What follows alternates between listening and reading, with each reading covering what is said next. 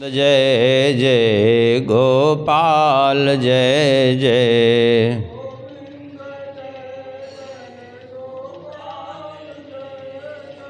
श्री राधा रमण हरि गोविंद जय जय।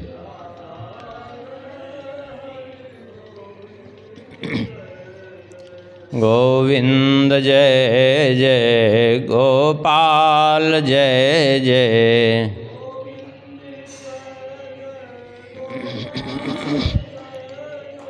श्री राधा रमण हरि गोविंद जय जय।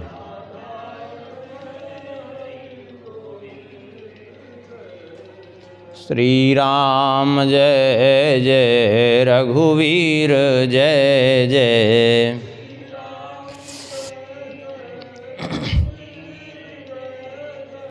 सीतारमण श्री रघुनाथ जय जय।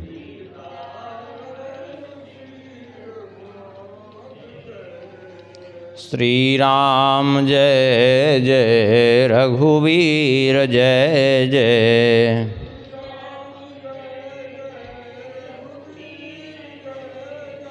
सीतारमण श्री रघुनाथ जय जय।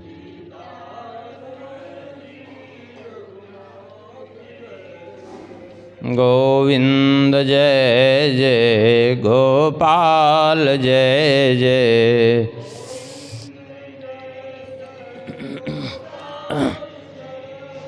श्री राधा रमण हरि गोविंद जय जय।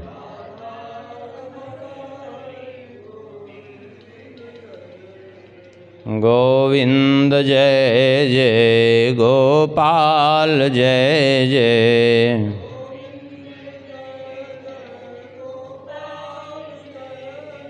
श्री राधा रमण हरि गोविंद जय जय।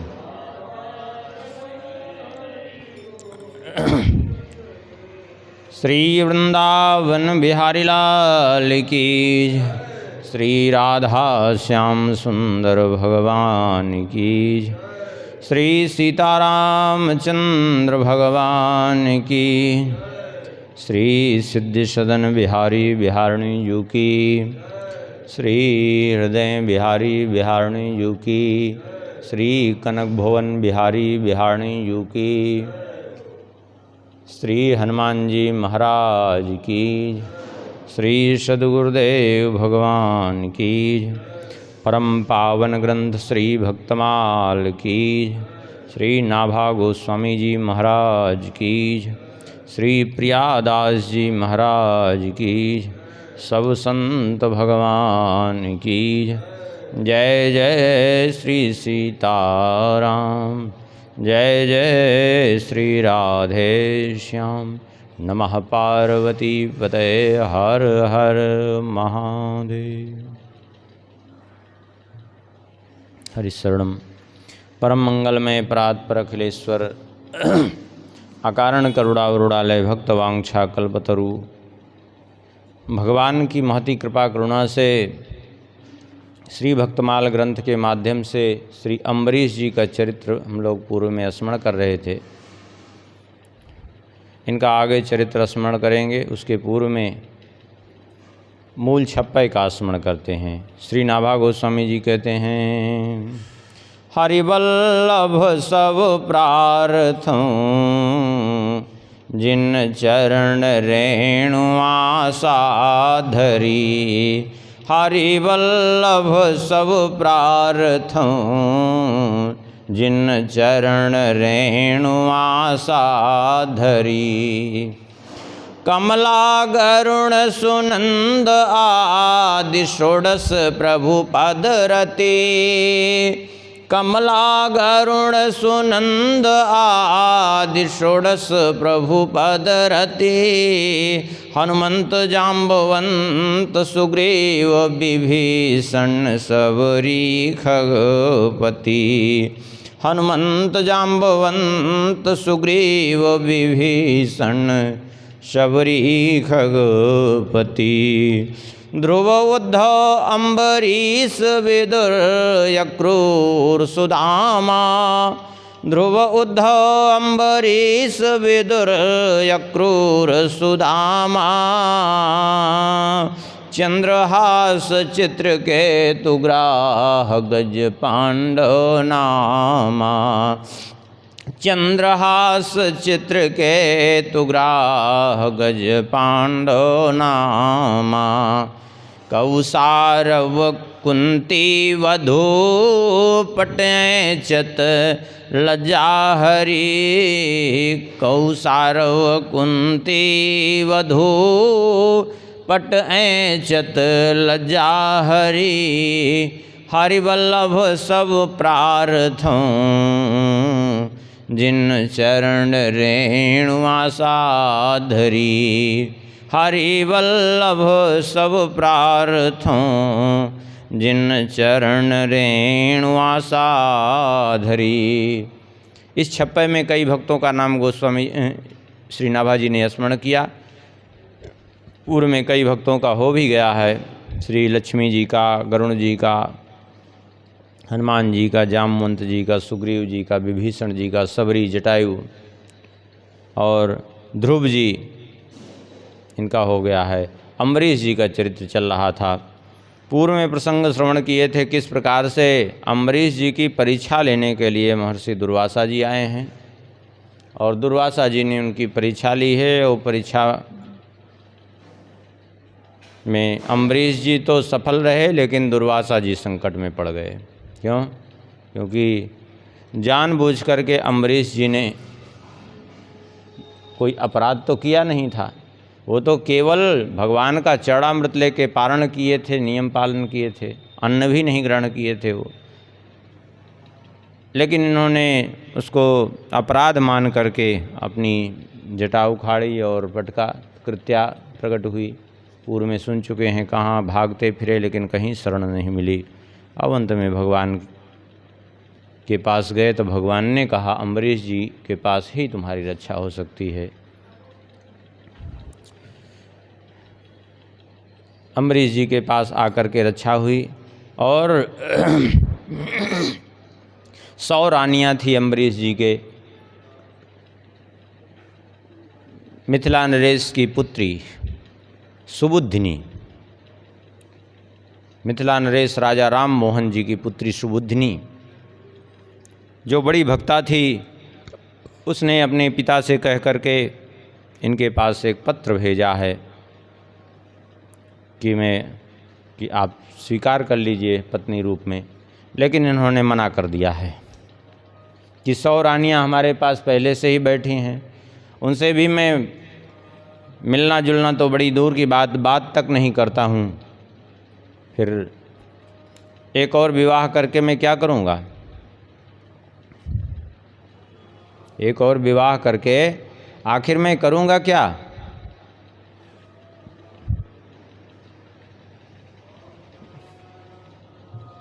अभी कहने को तो ज़रूर है कि उनको लग लगी है कि चलो हम अम्बरीश जी को वर्ण कर लें और भक्ति करेंगे, लेकिन ये भक्ति करना, ये वैराग्य मार्ग पर चलना इतना सहज नहीं है।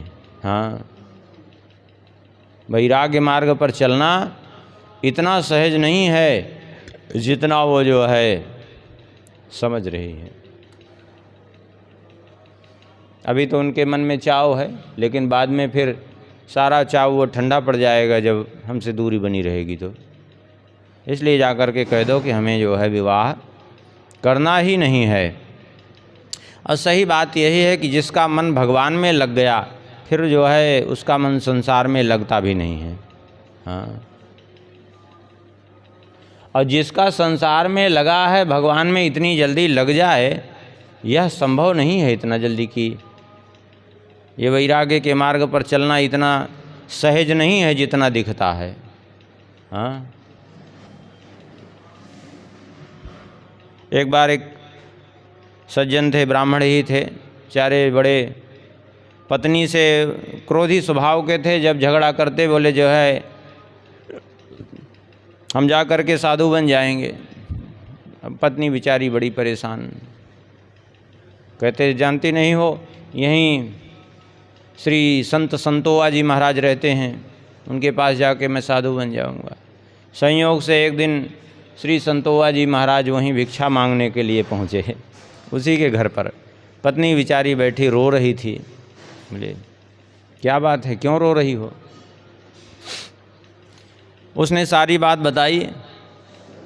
सुन करके वो महात्मा बोले कि मैं ही संतोआ हूँ, कोई दूसरा नहीं, तुम चिंता मत करो। अब यदि तुमसे कहें कि जा कर के मैं साधु बन जाऊँगा तो तुम कह देना ठीक, जाओ बन जाओ, अभी बन जाओ तुम। फिर मैं उनको ऐसा संभाल दूंगा कि फिर कभी ज़िंदगी में साधु बनने का नाम नहीं लेंगे, तुम चिंता मत करो। बोली कहीं ऐसा ना हो कि सही में? बोले सही में, ऐसे चिंता मत करो, ये साधु बनना इतना सरल नहीं है, हंसी खेल नहीं है, कह दो बस, देखो फिर अपने आप सुधर जाएंगे वो। और फिर जब वो पत्नी के ऊपर नाराज़ हुए तो पत्नी ने कह दिया, और जब पत्नी ने कह दिया तो वो क्या क्या करते, मरता क्या ना करता, अब तो वचन की बात थी। आखिर में गए संतोआ जी के पास। संतोआ जी ने कहा चलो बहुत अच्छा हुआ, ये तो अच्छी बात है, कल्याण के लिए आए, तो समझ गए। और उसके बाद बोले एक काम करो, जाओ तुम स्नान करके आओ, तब तो हम जो है तुम्हें विरक्त बनाएंगे। ले हाँ ठीक है। गए स्नान करने के लिए, तो वो जो कपड़ा उपड़ा ले गए थे संतोआ जी, अरे वो पंडित जी, उनका सारा कपड़ा फाड़ फाड़ करके लंगोटी बना डाले उसकी। और लंगोटी बना करके बोले ये लो पहने लंगोटी। और उन्हीं के सामने जो है बैठ करके संतोआ जी भोजन करने लगे। और उनको पूछा भी नहीं। अरे बोले भूख तो हमको भी लगी है, घर से नाराज़ होके चले थे क्योंकि भोजन के ऊपर ही नाराज़ हुए थे। अरे बोले तुमको भोजन कैसे मिल सकता है, आज तो तुम्हें विरक्त होना है, तो आज तो पूरा दिन भर उपवास करना पड़ेगा, फिर कल देखा जाएगा। अच्छा, और बेचारे एक दिन तो किसी तरह भूखे रहे। दूसरे दिन बोले दूसरे दिन भोजन के बाद, बोले भोजन अभी ऐसे थोड़े ही, ये तो भिक्षा से सब काम चलता है, एक काम करो ये लोग कमंडल जाओ भिक्षा मांग के ले आओ। अब गांव उन्हीं का था। अरे बोले हमारे ही गांव है, लोग क्या कहेंगे ऐसी स्थिति में हमको देख के। अरे बोले गांव है, जब घर ही छोड़ दिया तो क्या कहेंगे क्या नहीं कहेंगे, क्या लेना देना है। सारा वैराग्य उनका क्षण भर में ठंडा हो गया। ले करके संतोआ जी उनको आए पत्नी के पास। बोले आप जो है देखो, बताओ घर में रहोगे कि साधु बने? बोले अब घर में रहना है, हमको साधु नहीं बनना है। फिर लड़ाई झगड़ा बंद हो गई सारी। इतना सहज नहीं है। हाँ, ऐसे एक व्यक्ति था, वो घर से नाराज़ होकर के, हलवाई, बढ़िया बढ़िया खाने का स्वभाव, और घर से नाराज़ होकर चला गया। गैया भैंसिया भी पाले था। अब वहाँ गया तो जो है 1-2 दिन 4 दिन तो खूब बढ़िया बढ़िया चकाचक भंडारा चला, और फिर भोजन की समस्या बनी। जब समस्या बनी तो वो परेशान, अब क्या करे, सारा वैराग्य ठंडा हो गया उनका। अब सोच रहे थे कैसे हमें। एक दिन संयोग से भैंस को चरती हुए देखे तो भैंस की पूंछ पकड़े, अब भैंस घर की ओर चली तो पूंछ पकड़े चले आए घर। घर वालों ने कहा आप कैसे चले आए? अरे बोले भैंस की दुर्दशा हमसे नहीं देखी जा रही थी तो चले आए। इतना सहज नहीं है। लेकिन जिसके मन में जो है भगवान बस गए हैं, उसको ये संसार अच्छा भी नहीं लगता। हाँ, श्री सूरदास जी महाराज एक पद में कहते हैं, जाको मन लागो गोपाल सो ताहि और नहीं भावे। जाको मन लागो गोपाल सो ताहि और नहीं भावे। लेकर मीन दूध में राखो जल बिन नहीं सच पावे। जिसका मन एक बार भगवान में लग गया, मछली है पानी में सुखी रहती है, उसको पानी से निकाल कर आप दूध में भी रख दीजिए तो वो सुखी नहीं होगी, पानी में ही सुखी रहेगी। हाँ, ज्यों गूंगो गुड़ खाए रहत है, स्वाद न काहू बतावे। जैसे शूरमा घायल घूमत, पीर न काहू जनावे। कोई सूरवीर व्यक्ति घायल रहेगा फिर भी अपनी पीड़ा किसी के सामने प्रकट नहीं करता, अपनी वीरता का मान रखते हुए।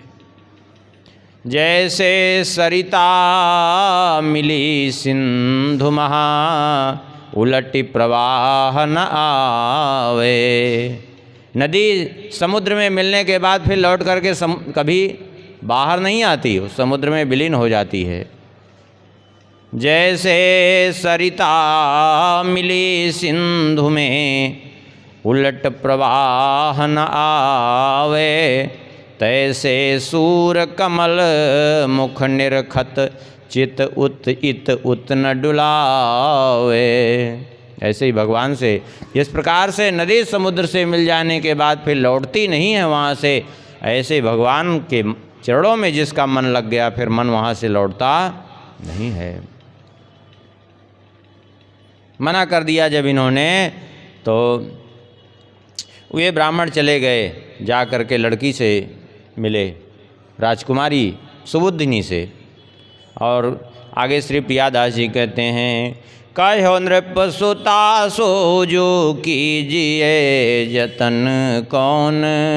कहो नृप सुता सोजु कीजिए जतन कौन।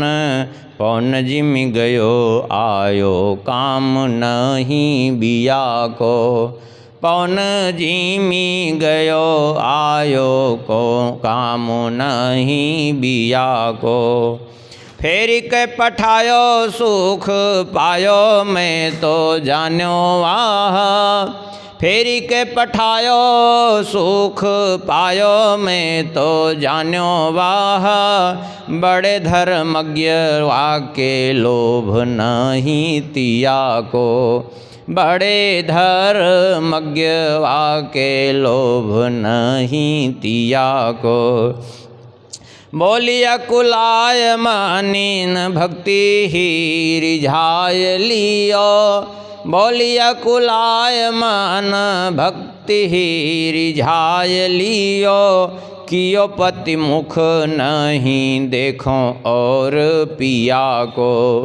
कियो पति मुख नहीं देखो और पिया को। जाय के निसंक याह बात तुम मेरी कहो। जाय के निसंक याह बात तुम मेरी कहो। चेरी जो न करो तो पहले वो पाप जिया को। चेरी जो न कीजिए, चेरी जो न करो तो पहले वो पाप जिया को। जो ब्राह्मण आए हुए थे अम्बरीश जी के पास संदेशा लेकर के, वो वहाँ से लौट करके गए। कहो नृप सुता सोजु कीजिए जतन कौन। जा कर के राजपुत्री सुबुद्धिनी से उन्होंने कहा कि अब क्या यत्न करें हमने तो जो करना था कर दिया। बड़ी तीव्र गति से यहाँ से अयोध्यापुरी गए। अयोध्यापुरी में जा कर के अम्बरीश जी से मिले, आपकी प्रार्थना हमने उनको सुनाई, लेकिन उन्होंने स्वीकार नहीं किया। उन्होंने तो स्पष्ट कह दिया 100 पत्नियां पहले से ही बैठी हैं, उनसे भी कभी मैं कोई मतलब नहीं रखता हूँ, एक पत्नी और बना के क्या करूँगा। क्योंकि उनका मन एकमात्र भगवान में लगा हुआ है, भगवान के अतिरिक्त वे किसी को चाहते ही नहीं हैं।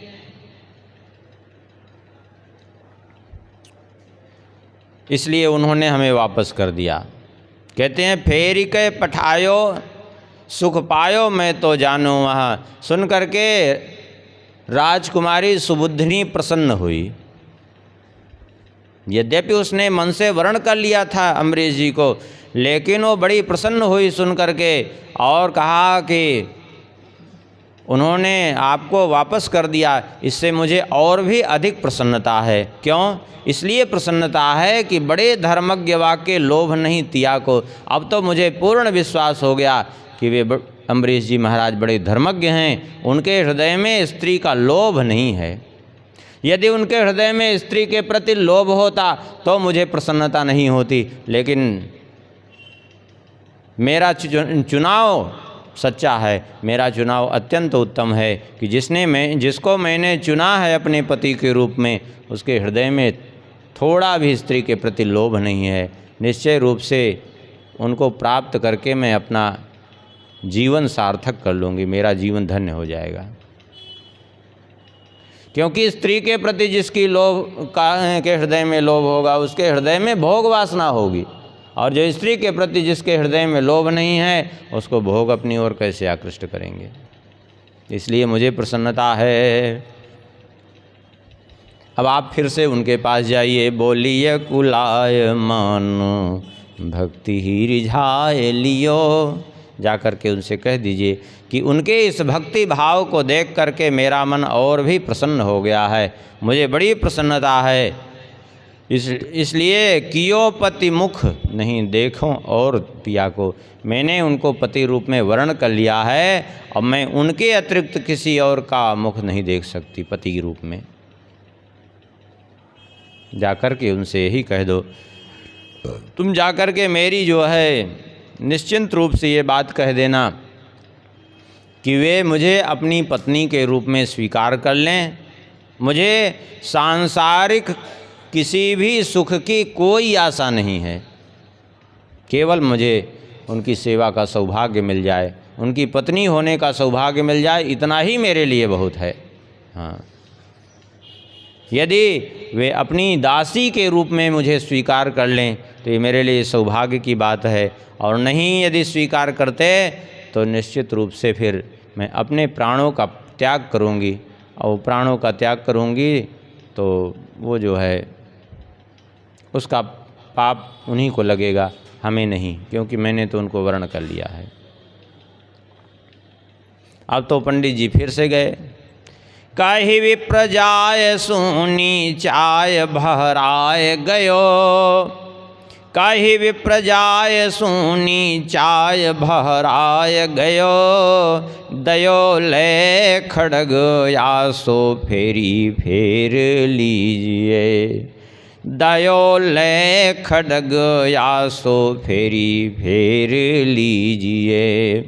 भयो जो विवाह उत्साह कहूँ मात नाही, भयो जो विवाह उत्साह कहूँ मात नाही, आई घर अम्बरीश देखी छवि बीजिए, आई घर अम्बरीश देखी छवि बीजिए। कहो नव मंदिर में झारी के बसेरो देवो, कहो नव मंदिर में झारी के बसेरो देवो, देवो सब भोग विभो नाना सुख कीजिए, देवो सब भोग सुख भोग विभो नाना सुख कीजिए। पूरब जन्म को मेरे भक्ति गंध होती, पूरब जन्म को मेरे भक्ति गंध होती, याते संबंध पायो यह मानी दीजिए, याते संबंध पायो यह मानी दीजिए। ब्राह्मण वहाँ से फिर गए और फिर से जाकर के उन्होंने अम्बरीश जी को सारी घटना सुनाई। कहा कि उसने ऐसी बात कही है कि आप उसको पत्नी रूप में नहीं स्वीकार करेंगे, आपके अतिरिक्त तो किसी को अपने पति के रूप में स्वीकार नहीं करेगी, अपने प्राण मात्र दे देगी और कुछ नहीं। अब जो है सुन करके अम्बरीश जी जो निश्चय किए हुए थे विवाह नहीं करना है, अब स्वाभाविक रूप से उनको अपने निश्चय को तोड़ना पड़ा। बोले लेकिन हमें समय नहीं है कि हम जा कर के विवाह करें या कहीं जाएं, हमें कोई इसका समय नहीं है। यदि उसको इतनी ही इच्छा है विवाह करने की तो लो अपनी तलवार निकाल करके दे दी, लय दयो लय खड़ग, ये तलवार ले जाओ मेरी, और इसी से भांवर फेर करके भेज देना। यदि उसको श्रद्धा है तो ठीक है। पंडित जी बड़े आदरपूर्वक उस तलवार को रथ पर लेकर के गए, राजकुमारी के सामने कहा। अब देखिए, यदि उसको श्रद्धा न होती तो तलवार के साथ कोई जो है भांवर फेरेगी? हाँ, कोई तलवार दे दे कि जाओ इसके साथ भांवर फिरा देना, तो कैसा लगेगा किसी को? लेकिन उसको इनके प्रति इतनी श्रद्धा थी कि वो तलवार भेज दिया इन्होंने, तो सचमुच में वही किया उसने। वो तलवार के साथ ही जो है भांवर फेर करके विदा होके चली भी आई वो, क्योंकि इनके प्रति उसकी श्रद्धा थी। सच्चे मन से इनको पति रूप में स्वीकार कर चुकी थी वो सुबुद्धिनी। विवाह हो गया और वहाँ से विदा होकर के आई। राजा राम मोहन जी ने अपनी पुत्री के साथ बहुत कुछ भेजा, बहुत से दास दासियाँ, एक सेना की टुकड़ी भेज दी। यहाँ आए, अम्बरीश जी को पता चला बारात आ गई है। गए भी नहीं देखने को, न पत्नी को देखने गए, न बारात देखने गए, कुछ नहीं। सेवकों को आज्ञा दे दी कि नया भवन है उसको खाली कर दे और साफ सफाई करके उसको रख दो। दासियों को नियुक्त कर दिया, तुम लोग ध्यान रखना, जो भी उनको सुख सुविधा की आवश्यकता हो उनको दे देना। बस कैसे है, कौन है, गए ही नहीं देखने के लिए। सुबुद्धिनी आई, आकर के उसने जो है वहाँ रहना प्रारंभ कर दिया। और अब सुबुद्धिनी जो है, श्री अम्बरीश जी ने कहा, जब वो चली आई, पहले तो ये था कि तलवार भेज दिया, तो सोचा कि हो सकता है कि वो भड़क जाए कि कैसा व्यक्ति है कि तलवार भेज दिया, तलवार से कोई विवाह करेगा। लेकिन फिर भी वो चली आई। तब जो है इन्होंने कहा, लगता है पूर्व जन्म को मेरे भक्ति गंध होती, लगता है पूर्व जन्म का कोई ऐसा संस्कार था जिसके कारण से भयो संबंध, ये संबंध हो गया, पूर्व जन्म का संस्कार। अब पूर्व जन्म का क्या संस्कार था? पूर्व जन्म का संस्कार रीवा नरेश रघुराज सिंह ने अपने राम रसिकावली ग्रंथ में वर्णन किया है इनके पूर्व जन्म की बात। वे कहते हैं कि ये जो रानी सुबुद्धिनी थी, ये पहले पूर्व जन्म में एक ब्राह्मण की पुत्री थी, बड़ी सदाचारणी, बड़ी भगवत भक्ता थी और सत्संग का माहौल था घर में। माता पिता ने विवाह के लिए बहुत आग्रह किया, लेकिन इसने विवाह नहीं किया। यद्यपि ये दोष है एक, आज खूब ऐसा हो रहा है, वो जो है साध्वी बन बन के घूम रही हैं और कहेंगे हमको तो विवाह नहीं करना है। वास्तव में देखा जाए तो वो शास्त्र की दृष्टि से अत्यंत निंदित है, क्योंकि उसकी अधोगति होती है, सद्गति नहीं होती है। पक्की बात समझ लीजिए। अब कहीं ना कहीं बाद में वो शुरू में भले ही थोड़ा भक्ति भाव दिखे, लेकिन बाद में चूँकि शास्त्र विरुद्ध आचरण बन जाने के कारण स्वाभाविक रूप से वो भजन भी नहीं कर पाती, वो माया से प्रभावित होकर के कहीं ना कहीं भटक जाती है। पक्की बात समझ लीजिए ये। इसने जो है विवाह नहीं किया और धीरे धीरे अवस्था इसकी जो है वृद्धावस्था की ओर पहुंच गई। एक दिन की बात है, बीमार हो गई, वृद्ध हो गई थी, बीमार हो गई। तो बीमार हो गई तो एक वैद्य को बुलाया गया। तो वो वैद्य जो है आए और वैद्य ने आकर के उस ब्राह्मण की पुत्री जो वृद्धावस्था में पहुंच चुकी थी उसकी नाड़ी पकड़ी। उसका इलाज करने के लिए, बीमारी जानने के लिए जब उसकी नाड़ी पकड़ी तो अचानक उसके मन में आया कि अरे पुरुष का स्पर्श इतना सुखद होता है, ये तो हमने जीवन में अनुभव ही नहीं किया। देखिए, जीवन भर जो है कहने से विवाह नहीं किया, अब अंतिम में जो है ये बात आ गई कि पुरुष का स्पर्श इतना सुखद होता है, हमने तो अनुभव ही नहीं किया जब वैद्य ने उसकी नाड़ी पकड़ी तो। और संयोगवशात वही चिंतन उसके मन में होने लगा। अस्वस्थ ज़्यादा थी, वही चिंतन करते करते उसके प्राण भी चले गए, मृत्यु को प्राप्त हो गई। तो अंत में वो पुरुष का ही चिंतन करते करते उसकी मृत्यु हुई, तो फिर से उसको जन्म लेना पड़ा। और वह जन्म भी हुआ तो कहाँ, किस रूप में? एक गणिका के रूप में, एक वेश्या के रूप में। क्यों?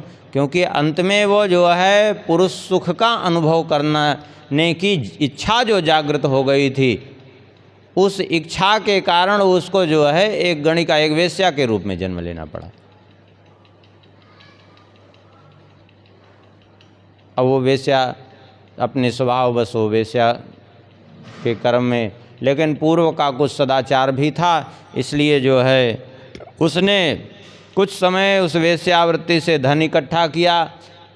और धन इकट्ठा जब हुआ, उसको धीरे धीरे उससे अरुचि होने लगी, क्योंकि वो पूर्व का धर्म सदाचार भी उसका तो था, वो भी काम कर रहा था, तो उसको अरुचि सी होने लगी। और अंत में उसने जो है निश्चय किया कि मैंने ऐसे उटपटांग ढंग से धन कमाया, कितना पाप किया हमने, ये ठीक नहीं हुआ।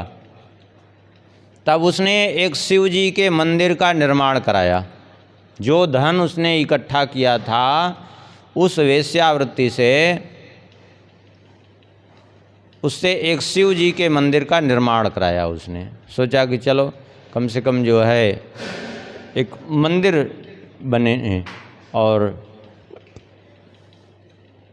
इधर वो जो वैद्य थे जिन्होंने नाड़ी देखी थी उनकी, जिसके प्रति वो आसक्त हुई थी, वे भी जो है दूसरे जन्म में मरने के बाद एक सुनार कुल में जन्म हुआ उनका, सुनार कुल में। अब हुआ ये कि जो है जब शिव जी का मंदिर बन करके तैयार हो गया, सारा मंदिर तैयार हो गया था, प्रतिष्ठा नहीं हुई थी, ऊपर स्वर्ण कलश लगाना था। कलश, अब इतना धन उसके पास था, उस गणिका के पास, वेश्या के पास, कि उसने सोचा सोने का कलश लगवाएंगे मंदिर के ऊपर। ऐसा निश्चय करके उसने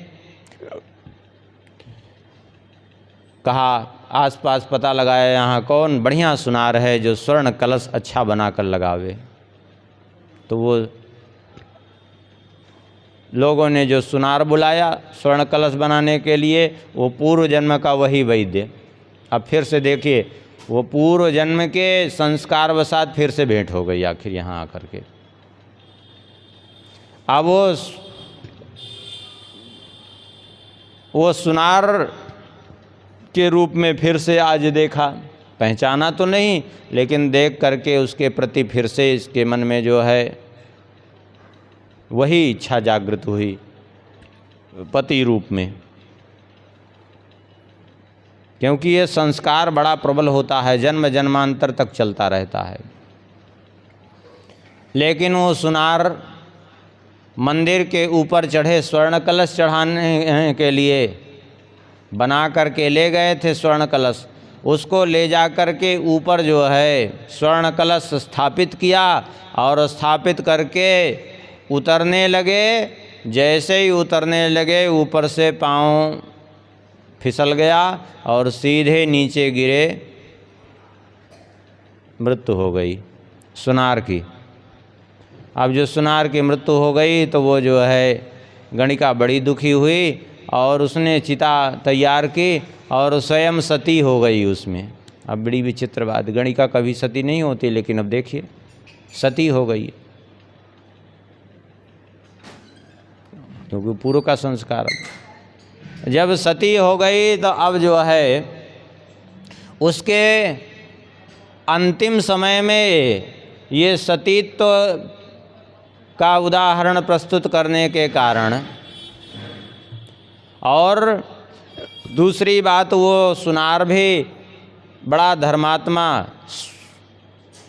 एक स्वर्णकार जाति में होते हुए भी कभी चोरी नहीं करता था, ईमानदारी पूर्वक जो है अपना कार्य करता था, और ऊपर शिव जी का मंदिर का ही कार्य करने गया था, वहाँ से गिरा था और ये सती हो गई। अब परिणाम ये हुआ कि भगवान विष्णु के और भगवान शिव जी के दोनों पार्षद इकट्ठा हुए वहाँ। अब शिव जी के पार्षदों ने कहा नहीं, ये तो शिव लोग जाना चाहिए इसको, क्यों? क्योंकि इसने शिव जी के मंदिर का निर्माण कराया है, अब ये पाप मुक्त हो गई है, इसलिए शिव जी के धाम को जाने चाहिए। भगवान विष्णु के पार्षदों ने कहा लेकिन पातिव्रत धर्म का पालन का इसने वो उदाहरण, इसके प्रति इसकी निष्ठा हो गई थी। और फिर दूसरी बात यह है कि सुनार ने भगवान की भक्ति की है, सुनार ये भगवान का बड़ा भक्त था, तो इसलिए ये भगवान विष्णु के धाम को जाएगा। लेकिन अब समस्या यह है कि सुनार भगवान विष्णु के धाम को जाए, वो इसके कारण से सती हुई है, तो वो शिव लोग जाए तो दोनों अलग अलग फिर तो हो जाएंगे, फिर तो समस्या बनेगी। अब वो सुनार को कह रहे थे इसको हम भगवान विष्णु के धाम को ले जाएंगे, तुम ले जाओ उसको शिव लोग, लेकिन ये कह रहे थे नहीं। अब समस्या यह है कि जो है अब वो उसी के साथ तो सती हुई थी, वो उससे अलग होने को तैयार नहीं। अब ये दोनों शिव जी के और भगवान विष्णु के पार्षदों में ये आपस में वाद विवाद आरंभ हुआ कि आखिर क्या किया जाए ऐसी स्थिति में। शिव मंदिर बनाने से सीधी सीधी बात यह है कि इसको शिव जी के परम धाम की प्राप्ति होनी चाहिए, लेकिन दूसरी तरफ ये स्वर्णकार भगवान विष्णु का भक्त था। अब भगवान विष्णु का भक्त था तो अब इसको तो भगवान के धाम जाना चाहिए। अब ये दोनों में आपस में विवाद हो रहा था, तो ये अभी जाए तो कहाँ जाए दोनों। अब दोनों एक दूसरे से विलग नहीं हो सकते हैं, क्योंकि वो हट पकड़ी हुई है, वो जो सती हुई है वो शिव लोग नहीं, वो तो कह रही है कि हम इन्हीं के साथ में रहेंगे। ब्रह्मा जी प्रकट हो गए। ब्रह्मा जी ने कहा देखो अभी इनका संस्कार पूर्ण हुआ नहीं है, ये न शिव लोग जाएंगे न विष्णु लोग जाएंगे। फिर बोले तुम लोग जाओ, अब अभी इनका एक जन्म और होगा। बोले अब क्या बाकी रहा? बोले अभी बाकी है, तुम चिंता मत करो, क्योंकि सारे कर्म का हिसाब हमारे इसमें, सारा कर्म का खाता हमारे पास है। इनका एक जन्म अभी और शेष होना ही होना है। वे दोनों चले गए। फिर ब्रह्मा जी ने उनका विधान बनाया, और वो स्वर्णकार जो था जीवन भर बिना चोरी किए, एक स्वर्णकार कुल में उत्पन्न होने के बाद भी कभी चोरी नहीं की, और जीवन भर भगवान विष्णु की भक्ति की, तो वो दूसरे जन्म में एक राजा के रूप में जन्म हुआ, और वे हुए अम्बरीश जी। और वह गणिका अपनी इनके प्रति निष्ठा और शिव भक्ति के प्रभाव से, शिव जी के मंदिर बनाने के प्रभाव से, वो दूसरे जन्म में हुई राजकुमारी सुबुद्धिनी। और उसने अंतिम समय यही वर मांगा कि अगला जन्म ही जब हमारा होना है तो हमें भी भगवान विष्णु की भक्ति ही प्राप्त हो। क्यों? क्योंकि फिर नहीं तो अगले जन्म में फिर यही समस्या होगी, वो शिव भक्त, मैं शिव भक्त हो, भगवान विष्णु के भक्त, तो फिर यही आगे चल के झंझट खड़ा होगा कि कहाँ जाएं, किस लोक में जाएं, किस लोक में नहीं। तो हमें भी भगवान विष्णु की भक्ति चाहिए। यही है इनके पूर्व जन्म का वृत्तांत, जो श्री राम रसिकावली में श्री रघुराज सिंह जी ने वर्णन किया है। अब हो सकता है कि और किसी ग्रंथ में इनकी कथा हो, लेकिन अभी तक तो पढ़े नहीं है। लेकिन ये श्री राम रसिकावली में जो रघुराज सिंह जी ने वर्णन किया है वो हमने आपको सुनाया है। इनके 3 जन्म की कथा ये इस प्रकार से।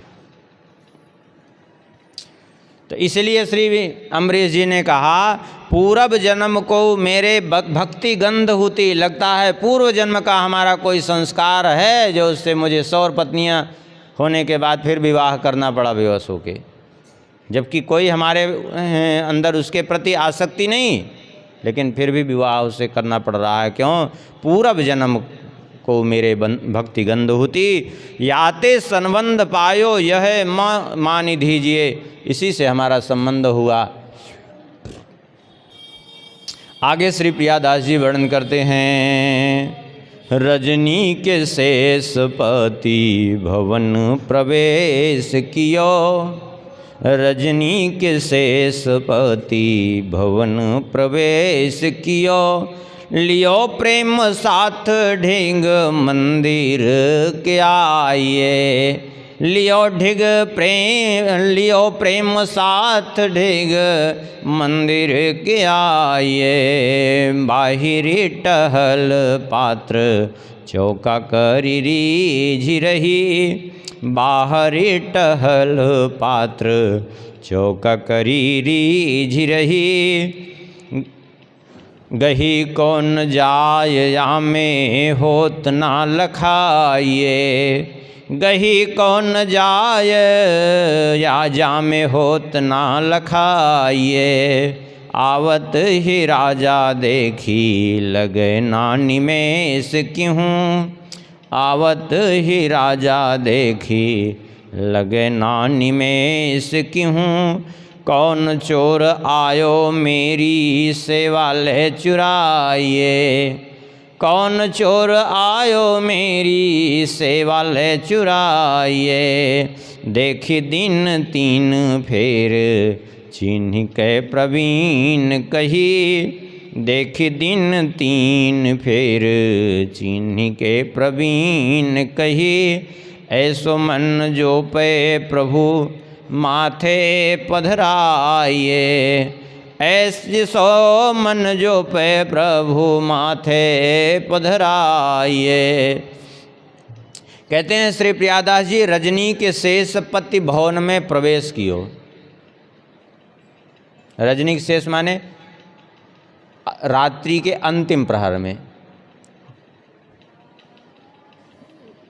बात ये हुई थी कि सुबुधिनी जी चाहती थी किसी तरह से अम्बरीश जी तो अपनी कोई सेवा ले ही नहीं रहते, मिलते भी नहीं थे, तो सोचा कि कम से कम भगवान की ही सेवा में कुछ हमें सहयोग करने का अवसर मिले। लेकिन अब कैसे जाएं बिना उनकी आज्ञा के? तो सुबुधिनी जी ने सोचा कि एक उपाय है कि कुछ ऐसा करें कि महाराज को पता भी न चले, हम जाके सेवा करके चले आएँ। उनके वो अपने सामने नहीं आने देते, हमारे सामने नहीं पड़ते, तो क्या मैं वैसे जा कर के जो है सेवा कर लूँगी। ऐसा सोच करके जो इनका मंदिर था ठाकुर जी का भवन, उसके ठीक बगल में जो है सुबुधिनी जी का महल पड़ता था, और चारों ओर से वो घिरा हुआ था, कोई वैसे जा नहीं सकता था। तो सुबुधिनी जी ने क्या किया कि एक सीढ़ी बनवाई, ऐसी सीढ़ी जो जब चाहें बटोर करके रख दें, जैसे जब चाहें खोल करके लगा लें। तो वो सीढ़ी बनवा करके इन्होंने, सुबुधिनी जी ने क्या किया, जब 3 बजे रात्रि को उठते श्री अम्बरीश जी, और उठ करके शौचादिक क्रिया से निवृत्त होकर के चले जाते सरयू स्नान करने के लिए। वहाँ से सरयू स्नान करते और फिर जल भर करके तब आते थे। वही इन्होंने शुभ अवसर देखा कि यही अच्छा अवसर रहेगा। तब जब रात्रि के अंतिम प्रहर में वे शौचादिक क्रिया से निवृत्त होकर के चले गए सरयू स्नान करने के लिए, तो सुबुधिनी जी सीढ़ी लगा करके सीधा वो मंदिर के प्रांगण में उतरी, और उन्होंने उतर करके जाकर देखा कि कोई हमारे योग्य सेवा हो। लेकिन विचित्रता तो ये है कि सारी सेवा, सब पार्षद एकदम स्वच्छ हैं, पूरा आंगन स्वच्छ है, सब कुछ एकदम पूरा स्वच्छ, लेकिन करें क्या। एक दिन तो देख करके चली गई, फिर उसके बाद जो है उन्होंने नियम बना लिया कि मैं जा कर के रोज़ सेवा करके आऊँगी मंदिर की। तो प्रतिदिन दूसरे दिन से नियम बनाया कि राजा अम्बरीश जी जब जाते, अब उनके आने का जाने का पूरा समय उन्होंने अनुमान कर लिया कि इतना समय इनको लगता है। पैदल जाते हैं, पैदल आते हैं, स्नान करते हैं, संध्या वंदन आदि से निवृत्त होकर के तब आते हैं, इतना समय लगता है। इस आधार पर अनुमान लगा करके उतनी देर में के पहले पहले पूरी सेवा अपनी पूरी करके यहाँ से चले जाना है हमको, ऐसा निश्चय करके वो सेवा अपना करने लगी। आकर के बढ़िया अच्छे से पार्षद साफ करती, चौका लगाती, पूरा जो है एकदम स्वच्छ कर देती। अम्बरीश जी आए, जब सरयू स्नान करके देखा तो वहाँ का तो पूरा अलग ही दृश्य दिख रहा था, और भी अधिक जितना स्वच्छ इनके उससे रहता था और भी अधिक स्वच्छ दिख रहा है। सब पूरा अच्छे से पार्षद सब साफ हैं, पूरे जो है आंगन में अच्छे से पोछा लगा हुआ है, सारी सामग्रियां व्यवस्थित ढंग से रखी हुई हैं। देख करके इनको लगा कि कौन आया था। अब जा कर के बाहर द्वारपाल से पूछा, जो वो प्रांगण के बाहर द्वारपाल था, उससे पूछा कोई अंदर गया था? उसने कहा नहीं, हमने तो किसी को नहीं देखा, यहाँ से कोई गया नहीं, मैं तो यहीं द्वार पर हूँ। तो बोले गया, आया कौन फिर? इसका मतलब ऐसे 3 दिन होता रहा। समझ गए कि इसका मतलब जो है द्वार से कोई नहीं आता, लगता है कि महल से कोई उतर करके आता है। इसका मतलब तो यही हुआ कि जब बाहर से आता नहीं कोई, तो इसका मतलब भीतर ही भीतर कोई आ रहा है। कौन है मेरी सेवा की चोरी करने वाला? अम्बरीश जी ने कहा अब आज उसको हम पकड़ेंगे। अम्बरीश जी ने अपने सेवकों से कहा एक काम करना तुम लोग। ये क्या करना है? बोले करना तुम लोगों को ये है कि जैसे हम निकलते हैं तो तुम लोग जय जयकार बोल करने लगते हो, तो वैसे सब कुछ करना। इसलिए लगे सबको कि हम चले गए, लेकिन हम जाएंगे नहीं, हम यहीं छुप करके देखेंगे कि आखिर होता क्या है यहाँ, कौन है ऐसा करता है जो हमारी सेवा चोरी कर रहा है। आ गए। अम्बरीश जी चुपचाप छुप करके वहीं बैठे रहे। उधर जय जयकार होने लगी और वाद्य बजे, क्योंकि राजा हैं तो राजा के अनुसार वो तो नियम पालन होता ही है। तब इनकी छोटी रानी सुबुधिनी जी ने सोचा कि महाराज तो चले गए। उनको गया हुआ जान करके उन्होंने वही काम किया जो रोज़ करती थी। वो सीढ़ी लगाई, सीढ़ी लगा के उतर आई और उतर करके आराम से सारी सेवा वहाँ करना प्रारंभ कर दिया। लेकिन अम्बरीश जी बोले नहीं कुछ, चुपचाप शांति से छुप करके देखते रहे कि आखिर ये करती क्या क्या हैं, देखते हैं और कैसे करती हैं, कितना करती हैं। तो देखा कि बड़े ढंग से सेवा करती हैं। देखिए, जो भगवान की सेवा किया हुआ है उसके सेवा करने का तरीका अलग होता है, और जो नहीं किया है, संसार का काम अलग चीज़ है और भगवान का काम अलग चीज़ है। दोनों में ठीक विपरीतता है। कोई कहे संसार का काम कोई कर रहा है तो भगवान का भी कर लेगा, आवश्यक नहीं है। अथवा भगवान का काम कर रहा है तो संसार का कर लेगा, आवश्यक नहीं है, क्योंकि दोनों की प्रक्रिया अलग अलग होती है। इन्होंने देखा तो समझ गए कि जो है भगवान की सेवा में तो इनकी रुचि है, और जैसी सेवा करनी चाहिए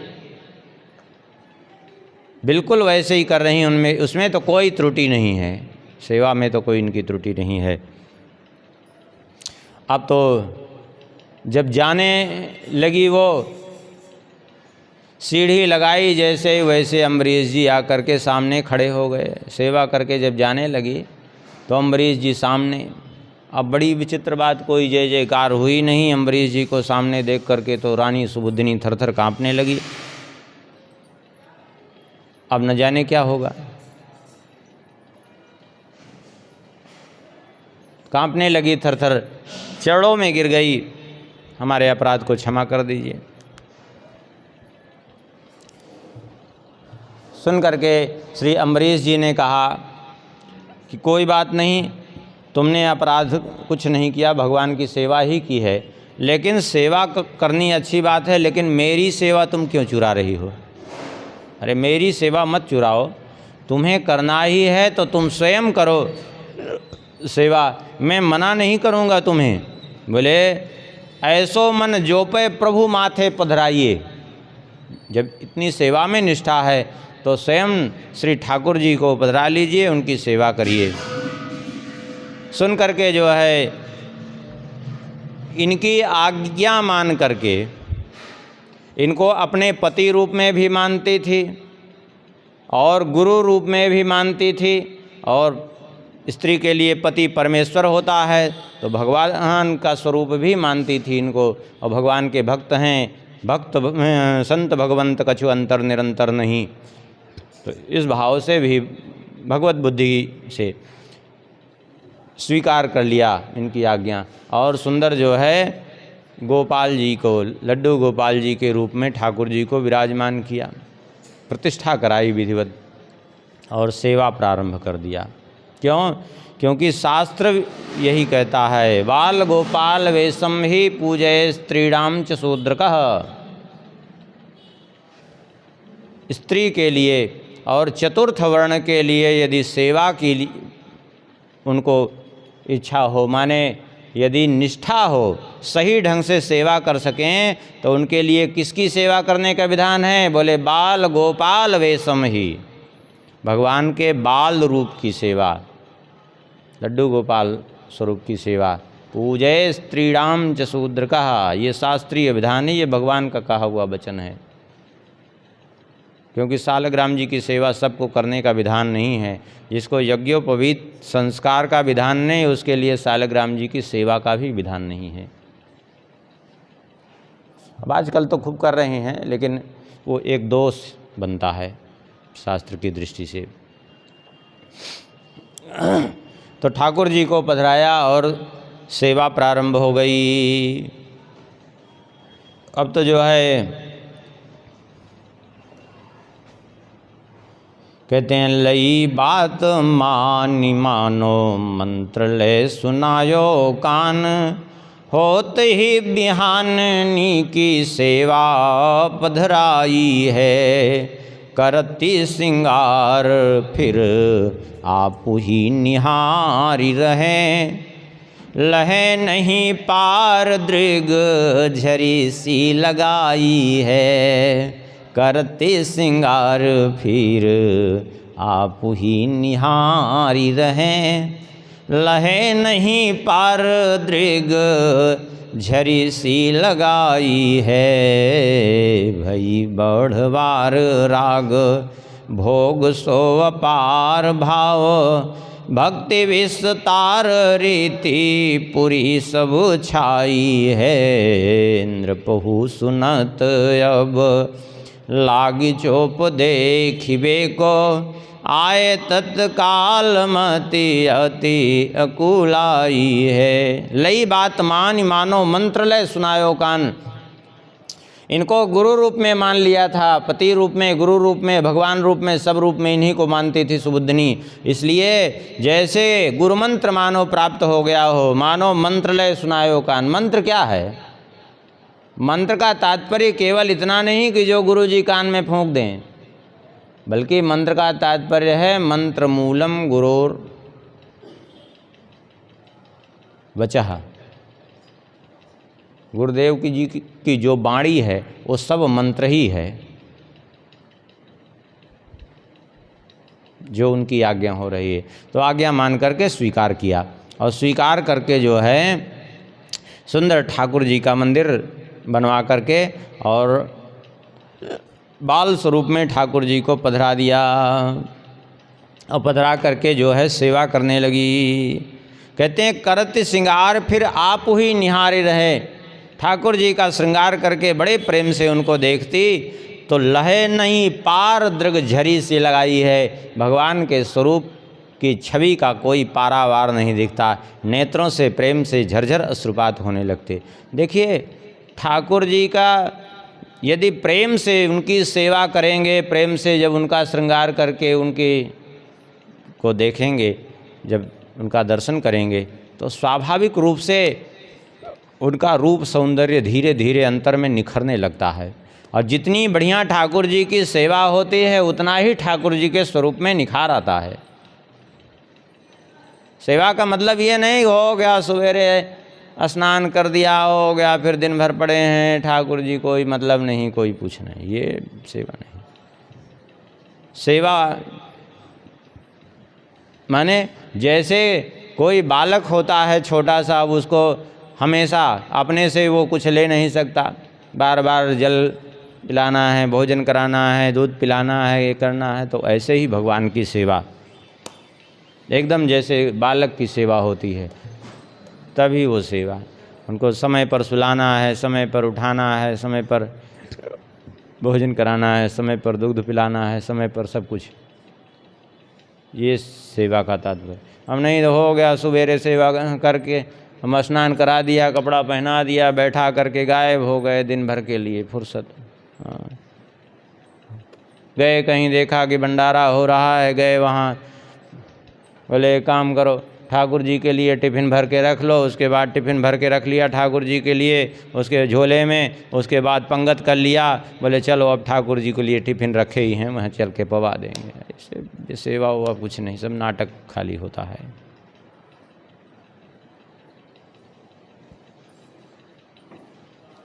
अधिकतर नाटक ही हो रहा है कलयुग में। हाँ, तो ये नाटक से फिर प्रभाव नहीं समझ में आता। तो इनका भक्ति भाव इतना दिन रात बढ़ता गया कि क्या कहना है। अब आगे इनके भक्ति भाव की और चर्चा कल करेंगे।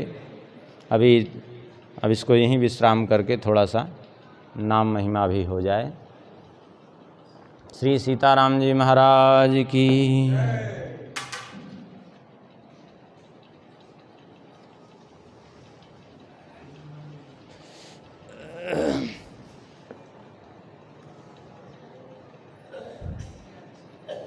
आगे हम लोग नाम महिमा का स्मरण कर रहे थे पूर्व में, ब्रह्मयामल ग्रंथ से नाम महिमा कुछ श्लोक स्मरण किए थे ब्रह्मयामल ग्रंथ का। अब और आगे श्लोक स्मरण करते हैं। कहते हैं रकारः सर्वकामस्य परिपूर्ण मनोरथः, रकारः सर्वदुष्टानां नाशको रघुनायकः।